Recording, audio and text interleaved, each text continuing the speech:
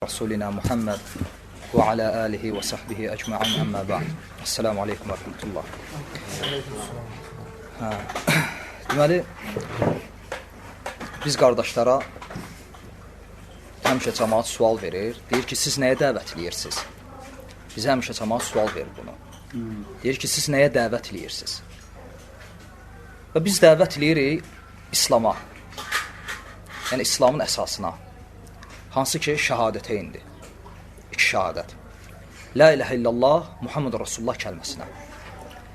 Çünki Əhl-i-Sünnə vəl-Cəmaənin dəvətinə baxsaz, bu iki şeydən artıqını görməzsiniz. Bir la iləhə illallahdır, yəni tohid məsələsi. Bir də Muhammed Rasulullahdır, yəni sünnətə tabiçilik məsələsi.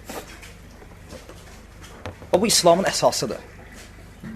Hansı ki, kafir bu kəlmələri deməklə müsəlman olur.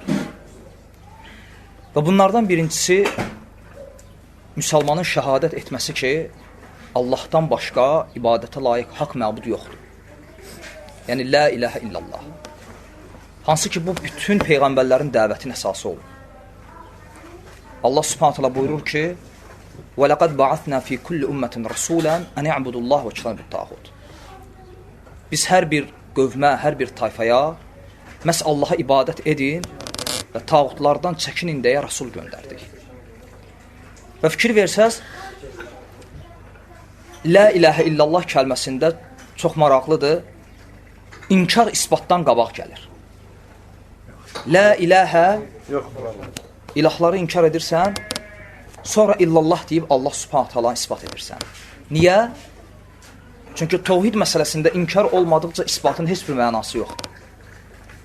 Necə ki Allah subhanət hələ buyurur, وَمَنْ يَكْفُرُ بِالطَّاغُوتِ وَيُؤْمِنْ بِاللّٰهِ فَقَدْ اِسْتَمْسَكَ بِالْعُرْوَةِ الْوُثْقَى لَا انْفِصَامَ لَهَا. Kim tağutu inkar edir, Allah subhanət hələyə qoşulmuş şəriklər ki var, onları inkar edib Allah subhanət hələ iman edərsən. Allah birinci inkarı gətirir, sonra isbatı. Çünki inkar olmadıqca o isbatın heç bir mənası yoxdur. Və bu, İslamın əsasıdır. Hansı ki, bütün peyğəmbərlər buna görə gəlib və bütün kitablar buna görə nazil olub və məxluqat da, insanlar və cinlər də bunun üçün xəlq edilib. Necə ki, İbn-i Qeym Rəhməlullah deyir, bütün peyğəmbərlərin, dəvətlərin əsası üçdür. Onlardan birincisi, peyğəmbərlər gəliblər insanlara Rəblərini tanıtmaq üçün. İkincisi, peyğəmbərlər gəliblər insanlara şəriətin əhkamlarını öyrətmək üçün. Üçüncüsü, onlara axirət məsələlərini bəyan eləmək üçün. Cənnət və cəhənnəm məsələləri. Və peyğəmbərlərin dəvətlərinin ən əsası, birincisi, insanlara Allah subhanətlə tanıtmaqdır. Və tevhid məsələsi elə bir məsələdir ki, bəsit məsələ deyil. Yəni, əslində biz bunu bəsit görürük və soruşsam, hər kəs özünü muvahid sayır. Və inşallah ki, bu da belədir. Amma bəsit məsələ deyil bu. Əgər bir məsələ ki, insanın yaradılışının qayəsidir, bütün peyğəmbərlərin dəvətin əsasıdırsa, deməli, bəsit məsələ deyil. Adi bir misal deyim. Məsələn, bir qardaş görsən, biraz əxlaqında zəifliyi var. Deməli, onun tevhidində problem var. Çünki tevhid tək Allah subhanətə alaya ibadətdə şərik qoşmamaq deyil axı. Tevhid tək Allahı ibadətdə tək saymaq deyil axı. Tevhid həmçinin Allah subhanətə alanın ad və sifətlərini iman etməkdir. Məsələn, bir şəxs iman edir ki, وَهُوَ مَعَكُمْ اَيْنَمَا كُنْتُمْ وَاللّٰهُ بِمَا تَعْمَلُونَ بَصِيرٌ. Siz haradasa Allah oradadır və bütün etdiklərinizi görəndir. Bu necə günah edəcək? Yəni, və günahda israr edər. Və bu etiqad edir ki, Vallahu alimun bizati sudur. O, sinələrdən, qəlblərdən keçəni biləndir. O, necə qəlbində, məsələn, kin bəsləyə bilər kiməsə və kimin haqqındasa qeybət edə bilər və s. Ona görə İbn-i Qeym Rəhməlullah deyir, hətta kimin əxlaqında problem varsa, deməli, tevhidində problem var. Yəni, tevhid tək ibadət məsələsi deyil. Allah subhanət olan ad və sifətləri məsələsi də tevhiddəndir. Və bu əsas məsələlərdəndir diqqət olunması. Hətta qədər məsələsi təvhidə bağlıdır.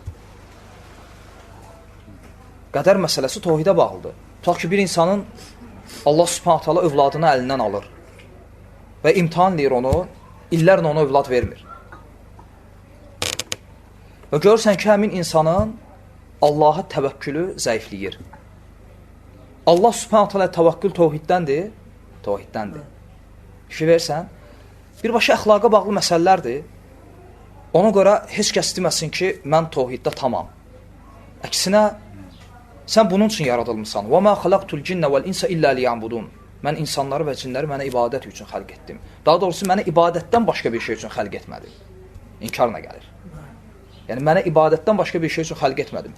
Yəni, sənin liya'budun, yəni liyuvahhidun. İbadətdə Allah Subhanahu təkləşdirmək.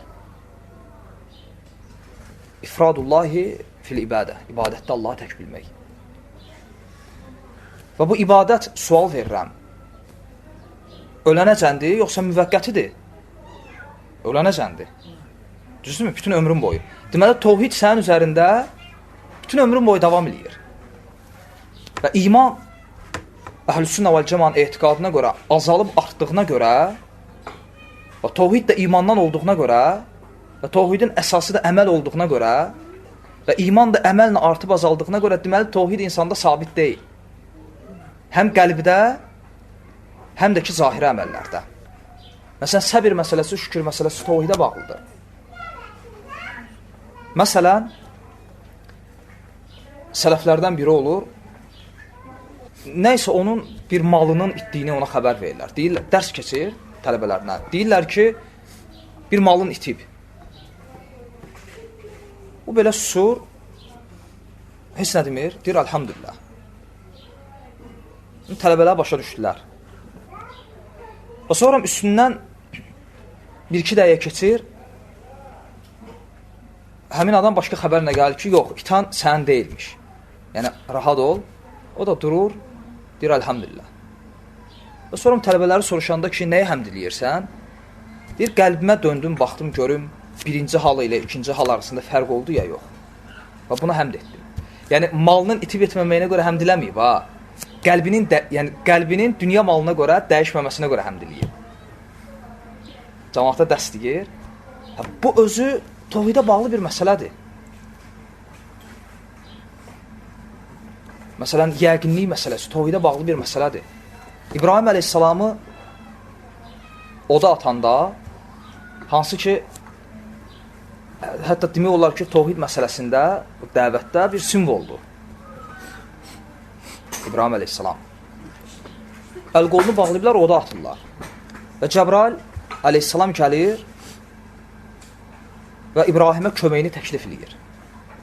İndi İbrahim əleyhissalamın yerində bir dənə özvü təsəvvürlə od artıq üzvü yalayır. Yəni artıq oda atırlar. Başqa bir variant da yoxdur. Və Cəbrail əleyhissalam gəlir, deyir ki, yəni köməyini təklif edir. İbrahim əleyhissalam nə hän deyir, nə yox deyir, heç nə. Deyir ki, hasbiyallah və ni'məl vəkil. Allah mənə kifayətdir, o ən gözəl vəkildir. Yəni, dəhşətdir də. Yəni, bu təvhiddən aslı bir məsələdir. Və doğrudan da Allah subhanət onu kifayət edir. Yəni, insan bu məsələdə necə yəqin ola ki, insanı oda atırlar. O anda belə deyir ki, hasbinallah, Allah mənə kifayətdir. Fikir versən. Və ya illərlə övladı olmur. Və sonra Allah subhanətlə bir övlad verir. Üstündən bir müddət keçir, tək övladdır. Allah subhanətlə övladını qurban kəsməyə əmr eləyir. Bu bilirsən necə imtihandır? Hətta sənə deyim ki, bəlkə bəşər içərisində heç kəs belə bir imtihanla imtihan olunmuyor. Və burada Allah subhanətlə necə sınıyır İbrahimi? Allah subhanətlə göstərir ki, İbrahim övladını daha çox sevir, yoxsa məni? Hətta Allah üçün övladından belə keçir. Kim eləyər bunu? Vallahi heç kəs. Heç kəs deməsin ki, mən. Heç kəs eləməz bunu. Bir dənə təsəvvürlə bıçaq götürmüsən, uşağın başını kəsirsən. Heç təsəvvürləyə bilmirsən bunu, ya sən.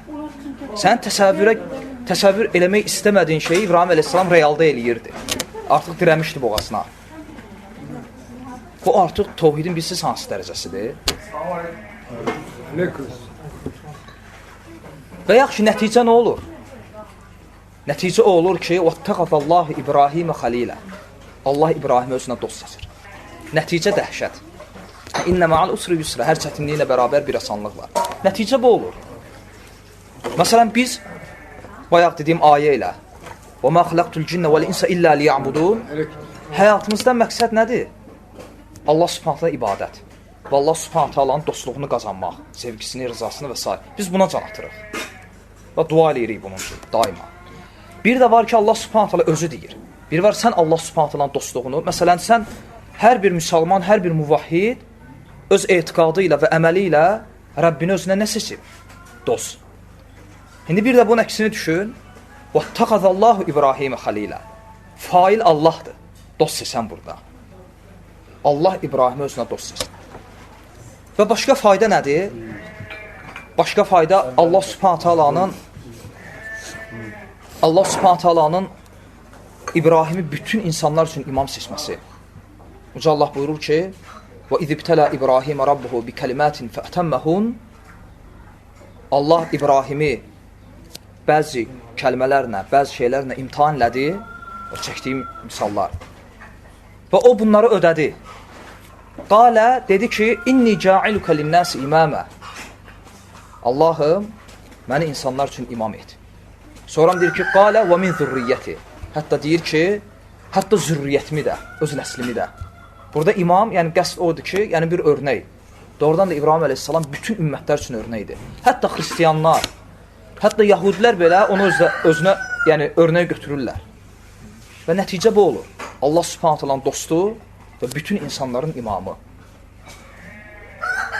Ona görə tövhid məsələsi yəni çox önəmli məsələdir. Hətta müsəlmanın əxlaqı belə bundan asılıdır. Və tövhid, məsələn, la ilahə illallah, la ilahə, yəni ilahlar yoxdur. Burada nəzərdə tək o şeylər tutulmur ki, gözlə görünən ilahlar. Hətta ola bilər ki, bir fikir sənin artıq ilahındır. O şey ki, Allah subhanət halanın qoyduğu hədlərə müxalifdir, Allah subhanət halanın qoyduğu şəriətə müxalif fikirlərdir, ideologiyadır, bu özü tağutdur. Məsələn, kommunizm, kapitalizm, sosializm, demokratizm və s.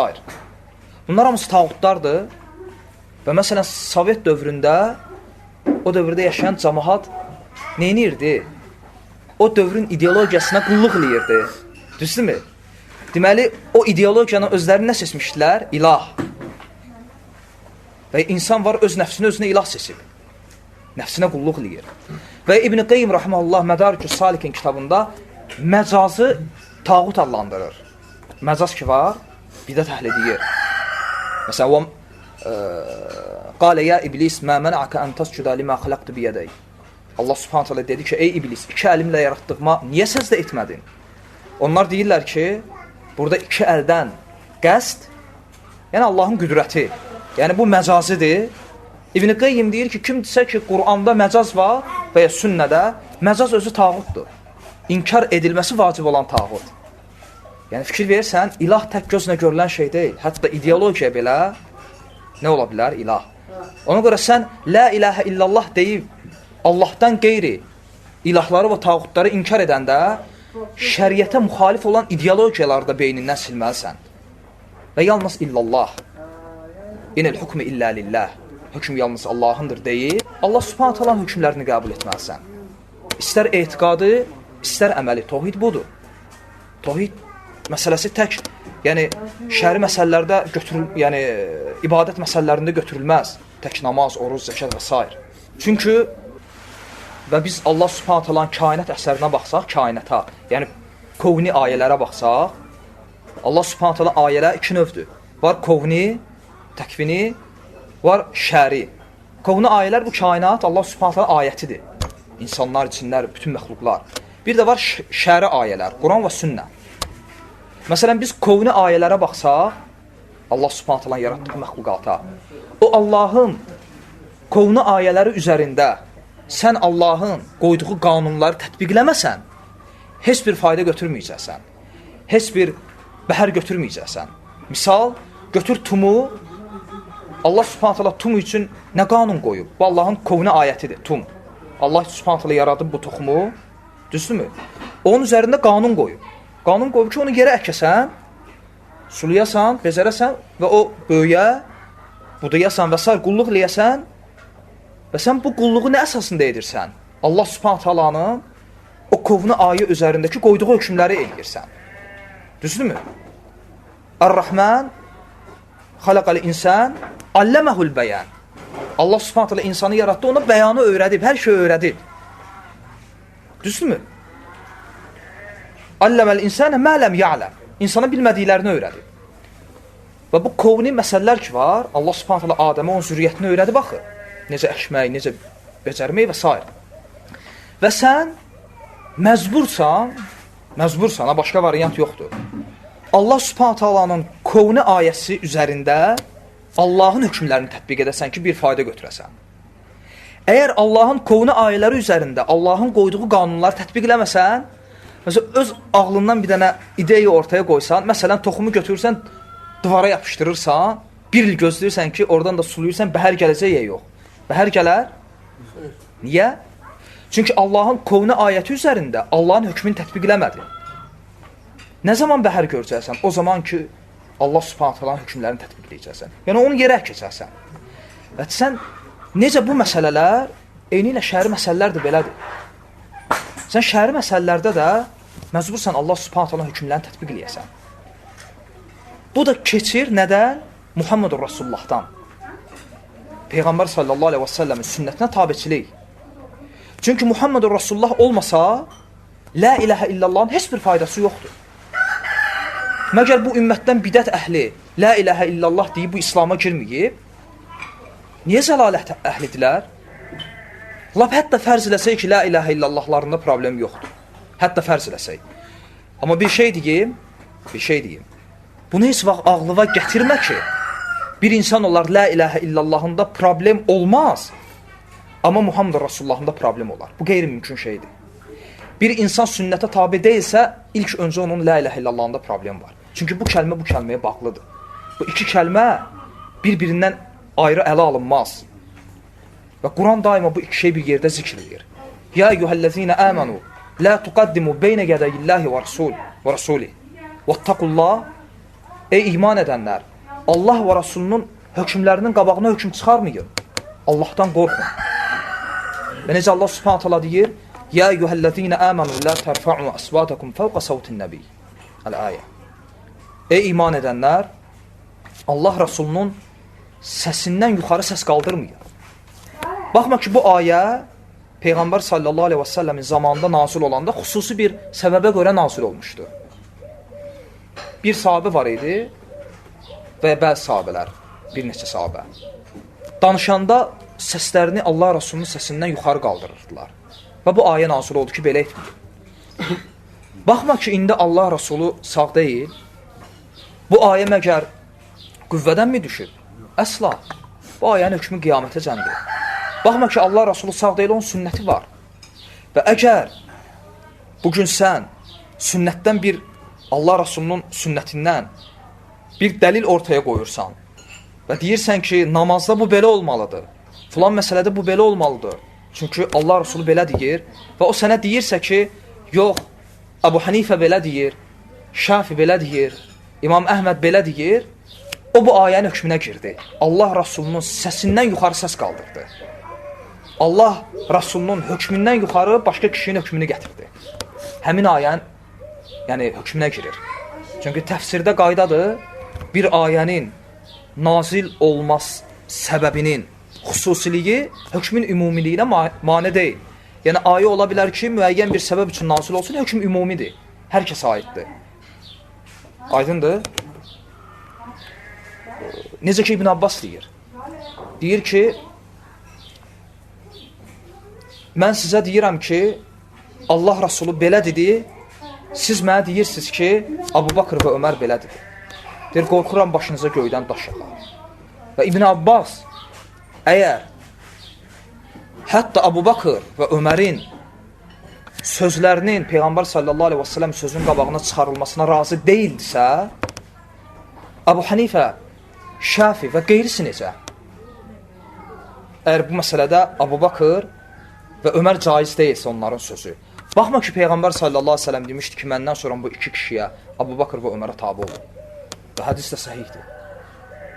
Amma yenə də heç bir kişinin sözü Allah Rasulunun sözündən irəli deyil. Ona görə bu ümmət islah olunmaz. Ta ki, la ilahə illallah, Muhammedur Rasulullahın tələblərini yerinə yetirməsin. Və bu ümmət daima bədbəxt olacaq. Gedib sufi bədbəxtçiliyindən necə Şeyx Albani deyir.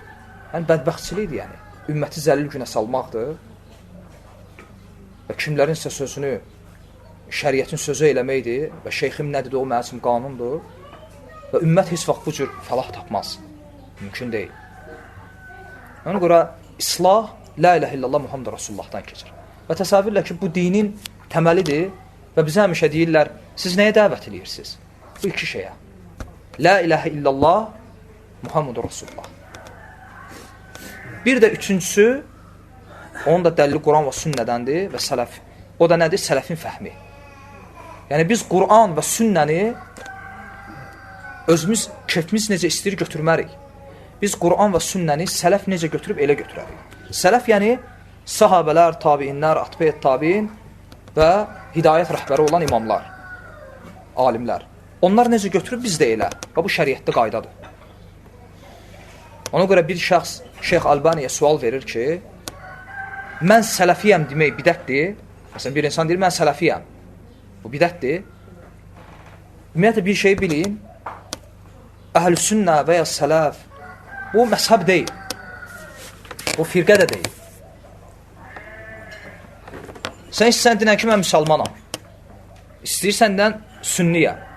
İstəyirsən dinən əhl-i sünnəyəm. Əhl-i sünnə vəl cəma, sələfi, tayfatul mənsura, quraba, firqatun naciyə. Kefin nə istəyir dinən? Yetər ki, sünnətdə olan dinən. Çünki bu İslamın özüdür. Və bir misal versək, elə bil ki, ağ kağızdır, ağ kağız. Və ağ kağızı nəzərində tut ki, İslam. Və mən ağ kağızı hər tərəfdən rəngləsəm, biraz yaşıl, biraz göy, biraz qırmızı, biraz sarı rənglədim, bir 90%-ni rənglədim və ortada bir dənə yeri, boş yeri rəngləmədim, saxladım belə. İndi mən qardaşa deyirəm ki, qardaş, göstərirəm o yeri. Bu nə rəngdir? İnsan istər-istəməz deyəcək ki, ağ rəng. Amma cavab nədir? Bu rəng deyil, axı, kağızın özüdür. Bu da belədir. O rənglər də firqələrdir. Yəni, İslamda zəlalət firqələri çıxıb, İslamın özü ki var, sələfilik, əhl-sünnə. O özü də ortada qalıb və o biri məzhəblər çıxdığına görə bu da bir məzhəb kimi görünür. Necə o rənglərin yanında ağ da elə bilirsən ki, rəngdir, amma da demirsən ki, bu rəng deyil axı, elə kağızın özüdür, İslamın özüdür. O biri məzhəblərə nisbətdə məzhəb kimi görünür. Ona görə Şeyx Albaniyə deyəndə ki, yəni mən sələfiyəm demək bidətdir, şeyx deyir ki, yaxşı, onda sən özbə nə deyəcəksən? Deyir ki, mən deyərəm ki, mən müsəlmanam. Deyir, subhanallah, bugün ümmətdə kim sözünə deyir ki, mən müsəlman deyil, hə? Adi məsələdir bu. Və sənin başqasından fərqin nədir? Deyir, onda mən deyərəm ki, mən Allahın kəlamına əməl edən, yəni müsəlmanam. Deyir, başa düşmədim, yəni Allahın kəlamına əməl etməyən ümumiyyətlə müsəlman sayılır, yəni Quranı rədd edirəm, amma müsəlmanam. O da deyir ki, onda mən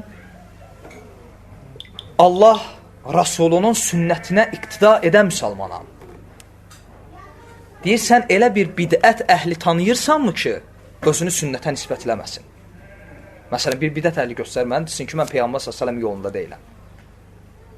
O da qadir deyir ki, onda gəl belə deyək də, biz Quran və sünnəyə sələfin, sahabələrin, tabiinlərin fəhmi ilə yanaşan müsəlmanları. Daha deyir ki, daha qısa dinən ki, sələfiyəm də. Hansı ki, başında deyir ki, mən sələfiyəm demək bidətdir. Bu bir nisbətdir, yəni. Və ona görə biz Quran və sünnəni götürürük, sələf necə götürüb elə. Bu qaydadır. Və doğrusun Allah. Bu dərs sizə ixlasla.com saytı tərəfindən təqdim olundu.